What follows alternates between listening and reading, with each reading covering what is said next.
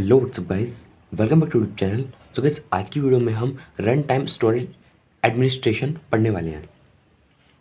इसको पढ़ने से पहले इसके पहले देखते हैं कि इसका यूज़ हम कहाँ पे करते हैं और क्या क्या इससे हमें प्रॉफिट होता है। अभी तक क्या देखा, जो हमारा कंपाइलर होता है वो क्या करता है, जो प्योरली हाई लेवल लैंग्वेज होती है, जो आपकी प्योरली हाई लेवल लैंग्वेज होगी उसको क्या करेगा, कंपाइलर एक टारगेट कोड मतलब असेंबली कोड में कन्वर्ट करके देता है।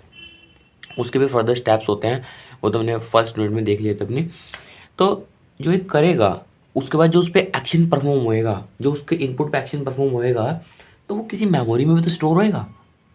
और उसी मेमोरी के स्टोरेज के लिए हम क्या यूज़ करते हैं, रन टाइम स्टोरेज एडमिनिस्ट्रेशन। इसमें क्या होता है, देखो यहाँ से देखो, जो आपका क्या होता है ऑपरेटिंग सिस्टम को कहता है कि मुझको एक एक्शन ये परफॉर्म करने हैं तो मुझको इतनी रिक्वायरमेंट है मेमोरी की, तो क्या प्रोवाइड करता है, एक block of memory storage provide कराता है उसके अकॉर्डिंग। और क्या करता है, उसको प्रोवाइड कराता है जिससे कि वो इजीली परफॉर्म कर सके अपने टास्क को। मेमोरी है वो भी फर्दर डिवाइडेड है। तो वो देखो इसमें क्या क्या होता है, जो आपकी मेमोरी होती है इसमें पहले क्या आता है, कोड एरिया, जिसमें आपको क्या होगा, टारगेट कोड आता है। और जो टारगेट कोड क्या होता है, ये फिक्स साइज होता है इसका, मतलब इसको इंक्रीज और डिक्रीज नहीं कर सकते। और फिर इसके बाद क्या आता है, स्टैटिक एज ग्लोबल डेटा, ये भी क्या होता है, फिक्स साइज होता है। Hold constant and global variable, hold करता है कांस्टेंट और ग्लोबल वेरिएबल को, लोकल वेरिएबल को नहीं, ठीक है। और ये जो दो आपके दो होते हैं, ये सिर्फ यूज़ होते हैं कंपाइलेशन टाइम में, ठीक है। और जो यहाँ ये क्या होता है, आपका लोअर एंड होता है और ये आपका क्या होता है, हायर एंड होता है। अब देखो जो आपकी स्टैक और हीप होते हैं, जो आपका स्टैक और हीप होते हैं, स्टैक का यूज़ हम कब करेंगे इसमें, जब हमारा लोकल डेटा होगा। और हीप का यूज़ कब करेंगे, जब हमारे पास लोकल और नॉन लोकल दोनों बहुत हो डेटा होंगे, ठीक है। और ये क्या होगा, डायनेमिक मेमोरी एलोकेटेड होते हैं, मतलब दोनों जो होंगे वो या यदि एक टाइम पर एक ही यूज़ करेंगे, या तो स्टैक होगा या हीप होगा अपने डेटा के अकॉर्डिंग, ठीक है। और ये किसी रन टाइम पे होते हैं। स्टैक में क्या होता है, जो आपका स्टैक है, स्टैक में क्या होता है, ये एक एक्टिवेशन रिगार्ड होता है। और ये एक्टिवेशन कहाँ से मिलता है, जो भी आपका आपका प्रोग्राम है होगा, उसमें जो नंबर ऑफ प्रोसीडर होंगे होते हैं, उसमें जो प्रोसीडर के लिए हम क्या यूज़ करते हैं, एक्टिवेशन रिगार्ड बनाना होता है। और उसी स्टैक में क्या रखते हैं, और स्टैक में टॉप अप पे रखेंगे तो एक्टिवेशन रिगार्ड यूज़ करेंगे। जो फर्स्टली एक्सेस एग्जीक्यूट होगा, जो जो हम एक्टिवेशन रिगार्ड रखेंगे स्टैक में टॉप पे, वो पहले एग्जीक्यूट होगा, एंड देन फिर जो लास्ट में रखेंगे वो लास्ट में एग्जीक्यूट होगा। तो ये थोड़ा स्टैक के बारे में बताया। तो अभी देखते हैं, अभी वापस चलते हैं अपने टॉपिक पे, जो हमारा क्या है, रन टाइम स्टोरेज एडमिनिस्ट्रेशन। ये फर्दर इसकी इम्प्लीमेंटेशन दो टाइप्स में देखते हैं, वो देखो। पहला क्या है, implementation of simple stack allocation scheme, मतलब जो अभी हमने बताया स्टैक में कि हम यूज़ करते हैं, लोकल डेटा यूज़ करते हैं, तो वो है, उसके बारे में देखेंगे। फिर एक है implementation of block structure language, मतलब जो आपका लोकल और आपका नॉन लोकल ये सारे यूज़ हीप, जैसे हीप वाला है ऐसे ये ब्लॉक स्ट्रक्चर होता है, तो वो देखेंगे। पर पहले देखते हैं हम आपका सिंपल स्टैक एलोकेशन स्कीम। अब सिंपल स्टैक एलोकेशन स्कीम में क्या होता है, वही हमारा क्या आता है, एक्टिवेशन रिगार्ड देखते हैं कि जो हमारे एक्टिवेशन रिगार्ड के अकॉर्डिंग जो हमारा प्रोग्राम होता है उसको, उसमें जो प्रोसीडर होते हैं कि कैसे उसको मैनेज करते हैं। एक मेन फंक्शन है, फिर उसके अंदर एक क्या है, एक और फंक्शन है जो वन के नाम से है, और फिर जो वन का फंक्शन है उसी के अंदर एक फर्दर टू फंक्शन है, और जो टू फंक्शन की के अंदर क्या है, टू फंक्शन के अंदर एक और अनदर है। तो यदि कोई ऐसा हमें प्रोग्राम दिया हुआ है ऐसी लैंग्वेज का, या फिर जो सी भी लैंग्वेज का होगा, उसमें क्या होगा, एक्टिवेशन रिगार्ड, तो उसका एक्टिवेशन रिगार्ड क्या होगा, एक मेन होगा, ठीक है, और सेकंड आपका एक वन होगा और एक टू वाला होगा। तो एक वन होगा, टू हो गया, तो आपके क्या हो गया, एक्टिवेशन रिगार्ड हो गए। तो एक अब यहाँ पे देखो, जो एक्टिवेशन रिगार्ड का कुछ फॉर्मेट भी होता है कि इसको कैसे फॉर्मेट में करेंगे, वो देखो क्या है आपका। स्टार्ट हम नीचे से करेंगे क्योंकि आपको इजीली समझ आए। इसमें क्या होगा, पहले टेम्परेरी वेरिएबल, ये तो ऑप्शनल है, आपके प्रोग्राम के अकॉर्डिंग टेम्परेरी वेरिएबल है तो उसमें इंक्लूड होगा, नहीं तो नहीं।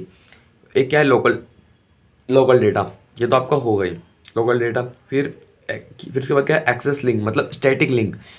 ये इसमें कौन सा लिंक आता है, जो नॉन लोकल डेटा होते हैं, मतलब जो हीप वाले होते हैं, जो जिसमें हीप यूज़ करते हैं, तो वो वाला एक्सेस लिंक है ये। फिर उसके बाद है कंट्रोल लिंक, डायनेमिक लिंक। ये देखो मैंने इसके बारे में लिख रखा है, ये क्या क्या गया है, it's point two AR of calling procedure. ये AR की जब कॉलिंग, जब जब हमारे एक्टिवेशन रिगार्ड की कॉलिंग करते हैं प्रोसीडर के लिए, तो ये तो हमारा डायनेमिक लिंक यूज़ होता है, फिर एक actual parameter and then return value. तो हमारा फॉर्मेट है, इसके अकॉर्डिंग हम वैल्यू को जो प्रोग्राम में रखते हैं स्टैक में, वो इसी के अकॉर्डिंग रखते हैं।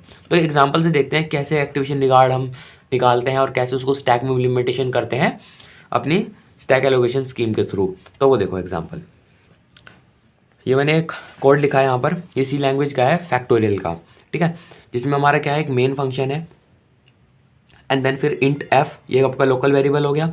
फिर क्या है, एफ जो आपका एफ है वो इक्वल है फैक्टोरियल 3, मतलब ये फंक्शन हुआ। और फिर फर्दर ये क्या है, इंट फैक्टोरियल इंट एन। फिर एक कंडीशन आती है, इफ़ यदि एन इक्वल है 1 के देन रिटर्न करेगा 1, यदि ऐसा नहीं होता तो रिटर्न करेगा, यहाँ रिकर्सिव फंक्शन यूज़ हो गया, n into factorial n minus 1, इतने टाइम तक वो रिपीट होता रहेगा। तो ये हमारा एक कोड है। तो पहले देखते हैं इसमें हमारा एक्टिवेशन रिगार्ड क्या है। एक्टिवेशन रिगार्ड क्या है, एक तो आपका मेन होगा, मेन है एक्टिवेशन रिगार्ड, ठीक है। फिर उसके बाद क्या है, एक्टिवेशन फैक्टोरियल 3, और तो फिर तो इसका रिकर्सन है। अब जब रिकर्सन है तो उसको कैसे लिखेंगे, फैक्टोरियल 3 था, फैक्टोरियल 2, फैक्टोरियल 1, फैक्टोरियल 0 भी लिख सकते हैं, पर उसका थोड़ा इतना मेन रोल नहीं होने का हमारा, बट फैक्टोरियल 1 तक आप इजीली समझ पाओगे, तो इसलिए 1 तक लिया मैंने। तो हमारे ये 3 फैक्टोरियल 3, फैक्टोरियल 2, फैक्टोरियल 1 आपके एक्टिवेशन रिगार्ड में यूज़ होंगे, और एक इनका जो अपर होता है वो है एक्टिवेशन रिगार्ड मेन। अब देखो इसको स्टैक में कैसे करते हैं, वही जो हमारा फॉर्मेट है उसको देख उसकी हेल्प से करेंगे कि इसको पहले आपका क्या आएगा, वो सारा आपका एक्टिवेशन रिगार्ड के फॉर्मेट के अकॉर्डिंग होता है। तो उसके अकॉर्डिंग देखते हैं। पहले क्या है आपका आएगा एक्टिवेशन रिगार्ड में टेम्परेरी वेरिएबल, ये क्या है आपका ऑप्शनल है, ऑप्शनल है। पहले देखते हैं हमारा स्टार्टिंग कहाँ से करेंगे, हम मेन से करेंगे, ठीक है, मेन से स्टार्ट करते हैं। इसमें आपका कोई लोकल वेरिएबल, सॉरी आपका कोई टेम्परेरी वेरिएबल है, टेम्परेरी वेरिएबल इसमें कोई आपका टेम्परेरी वेरिएबल नहीं है मेन वाले फंक्शन में, तो यहाँ पर आपका टेम्परेरी वेरिएबल नहीं आया।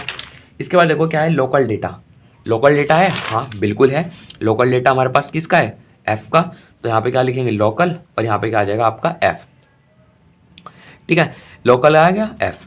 अब इसके बाद देखो क्या है आपका एक्सेस लिंक, स्टैटिक लिंक है, कोई स्टैटिक लिंक इसमें, स्टैटिक लिंक आपका इसमें कोई स्टैटिक लिंक नहीं है। फिर इसके बाद आपको क्या आता है, आपका कंट्रोल लिंक, डायनेमिक लिंक है इसमें कोई, इसमें कोई आपका डायनेमिक लिंक भी नहीं है मेन फंक्शन में। अभी ऊपर मत जाना, अभी मैं इसी पॉइंट पर हूँ, ऊपर मत जाना। तो आपका इसमें भी कुछ नहीं है, ठीक है, एक्चुअल पैरामीटर भी नहीं है। अब देख रिटर्न वैल्यू, हाँ कुछ ना कुछ तो आपका जो मेन फंक्शन रिटर्न करेगा, तो यहाँ पे क्या आएगा रिटर्न वैल्यू, और यहाँ पे अभी कुछ नहीं आने का, अभी मैंने फिलअप कर रखे हैं। अभी आप ऐसे सोच के चलो यहाँ पर कुछ नहीं है, जो ये वैल्यूज़ है ना ये सारी मैं जब एक टॉप पे पहुँच जाऊँगा, फिर टॉप से जब मैं नीचे आऊँगा तो ये सारी वैल्यू ऑटोमेटिकली मेरे पास आती चली जाएंगी। तो वो देखो कैसे, यहाँ पर आप फुल कॉन्सेंट्रेशन के साथ देखना, नहीं तो आपको ये समझ नहीं आने का टॉपिक, आप कहोगे कि बिल्कुल सिर के ऊपर से गया। तो इसीलिए इसको बड़े ध्यान से देखना। अब देखो आपका मेन फंक्शन यहाँ पे कंप्लीट होता है, तो मैंने देखो लिख भी रखा है AR फॉर मेन, ठीक है, यहाँ पे क्या लिखा है AR फॉर मेन। अब देखो इसका यहाँ पे शुरू होता है फैक्टोरियल 3 से, फैक्टोरियल 3 से स्टार्ट करते हैं। पहले क्या टेम्परेरी वेरिएबल, वही टेम्परेरी वेरिएबल आपका कुछ नहीं है, ठीक है। फिर आपका लोकल डेटा भी नहीं है, स्टैटिक लिंक भी नहीं है, सीधा क्या आपकी डायनेमिक लिंक, जिसमें आपको कॉलिंग होती है प्रोसीडर से। तो वो देखो यहाँ पे क्या आएगा, एक डायनेमिक लिंक आएगा और एक पैरामीटर आएगा, डायनेमिक लिंक के बाद एक्चुअल पैरामीटर है ना, तो वो आएगा, ठीक है। तो जो ये डायनेमिक लिंक है ये आपका लिंक होगा रिटर्न वैल्यू से, बट अभी हमें वैल्यू नहीं पता, अभी हमें कोई वैल्यू नहीं पता। बस हम ये कह सकते हैं जो रिटर्न वैल्यू अभी कहाँ से आएगी, डायनेमिक लिंक से, रिटर्न वैल्यू कहाँ से आएगी, डायनेमिक लिंक से, लिंक कर दिया, ठीक है, ये आपका हो गया। अब देखो, अब ये देखो ये मेरा एक कॉलम यहाँ पे स्पेस छूट गई थी, यहाँ पे एक कॉलम रिटर्न का है, दोबारा से स्टार्टिंग कहाँ से होगी, रिटर्न वैल्यू आएगी, फिर आपका डायनेमिक लिंक आएगा, फिर एक पैरामीटर आएगा। यहाँ तक आपका क्या कंप्लीट हुआ, AR फॉर फैक्टोरियल 3, यहाँ पे आपका AR फॉर फैक्टोरियल 3 कंप्लीट हो गया। यहाँ तक ये जो एरिया है ना, ये पैरामीटर, डायनेमिक लिंक और रिटर्न वैल्यू तक का, ठीक है। अब देखो रिटर्न वैल्यू आई दोबारा, फिर डायनेमिक लिंक, फिर पैरामीटर, यह हो गया आपका AR फॉर फैक्टोरियल 2, फैक्टोरियल 2 के लिए भी तो सेम ही होगा। तो यहाँ पे आपका ये आ गया पैरामीटर 2 के लिए, ये और यहाँ पर पैरामीटर किसके लिए था, 3 के लिए, ये 2 के लिए था, ये तो आएगा ही पैरामीटर जो था यहाँ पे, पैरामीटर किसके लिए था 3 के लिए, ये किसके लिए था 2 के लिए। ऐसी पैरामीटर डायनेमिक लिंक, पैरामीटर किसके लिए 1 के लिए, और रिटर्न वैल्यू ये। तो ये जो यहाँ पे डायनेमिक लिंक है ये किससे लिंक होगा, रिटर्न से, ये भी लिंक होगा रिटर्न से, ये भी लिंक होगा। अब देखो हमें अभी ये नहीं पता रिटर्न में हमारे पास कौन सी वैल्यू है, हमें अभी ये पता वैल्यू पता नहीं है। तो देखो पता कैसे चलेगा, आपको जो रिटर्न वैल्यू है ये रिटर्न वैल्यू किसको कर रही है, आपका जो डायनेमिक लिंक है किसको कर रहा है, रिटर्न वैल्यू को। तो यहाँ पर क्या आएगा 2 इंटू 1, 2 इंटू 1 ही तो आएगा। जो आपकी रिटर्न वैल्यू का, रिटर्न वैल्यू को वैल्यू क्या होगी डायनेमिक लिंक से 2 इंटू 1, तो यहाँ पे क्या आएगी 2, ठीक है। और इसमें क्या होगी डायनेमिक लिंक रिटर्न की, इसमें रिटर्न वैल्यू क्या होगी डायनेमिक लिंक की, पैरामीटर किसका था 2 का, पैरामीटर किसका था 2 का, और कौन से उस पे जा रहा है 3 पे, तो यहाँ 3 इंटू 2, और यहाँ पे तो आपका 6 से आएगा ही सेम जैसे कि आपका यह रिटर्न वैल्यू। तो ये आपका यहाँ पर ये स्टैक इम्प्लीमेंटेशन था आपका। यदि आपको ये समझ नहीं आया तो वीडियो को पॉज करके दोबारा देखना, आपको समझ आ जाएगा। तो गाइस ये यहाँ पे कंप्लीट होता है। अभी हमारा इसके बाद implementation of block structure language आ रहा है, ये हम नेक्स्ट वीडियो में देखते हैं। तो आज की वीडियो में बस इतना ही। सो गाइस मिलते हैं फिर नेक्स्ट वीडियो में, तब तक के लिए बाय बाय।